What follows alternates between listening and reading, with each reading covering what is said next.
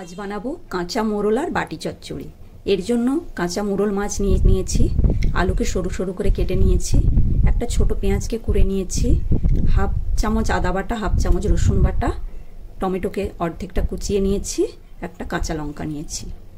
একটা পাত্রের মধ্যে মোরল মাছগুলো নিয়ে নিলাম, সরু সরু করে যে আলুগুলো কেটে রেখেছি সেগুলোও নিয়ে নিলাম। এগুলোতে এবার আমি নুন হলুদ মাখিয়ে নেব। লবণ দিয়ে দিলাম,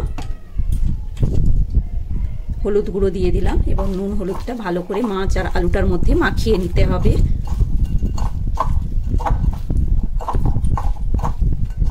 এরপর এর মধ্যে কোরানো পেঁয়াজ, আদা রসুন বাটা, টমেটো কুচি, সমস্ত উপকরণগুলো দিয়ে আবার ভালো করে মাখিয়ে নেব। এরপর এর মধ্যে আমি কালো জিরে দিয়ে দেব অল্প পরিমাণে, ঝাল লঙ্কার গুঁড়ো হাফ চামচ, কাশ্মীরি লঙ্কার গুঁড়ো, হলুদ গুঁড়ো,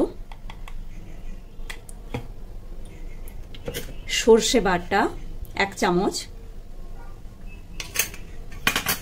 আবার সমস্ত উপকরণগুলো দিয়ে ভালো করে মাখিয়ে নিতে হবে। এরপর এর মধ্যে আমি কিছুটা পরিমাণে সর্ষের তেল দিয়ে দেব। সর্ষের তেলটা দিয়ে ভালো করে মাখিয়ে এটাকে আমি 10-15 মিনিটের জন্য ঢাকা দিয়ে রেখে দেব। তারপরে আমি রান্নাটা করব। আমার 10-15 মিনিট হয়ে গেছে।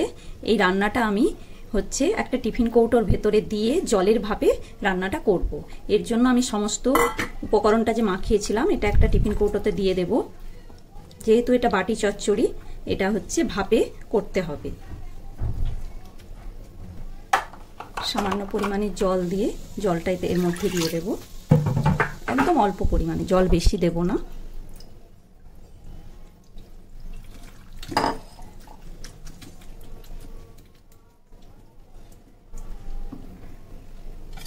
এতে কাঁচা লঙ্কা দিয়ে দেব একটা, ভালো করে চাপা লাগিয়ে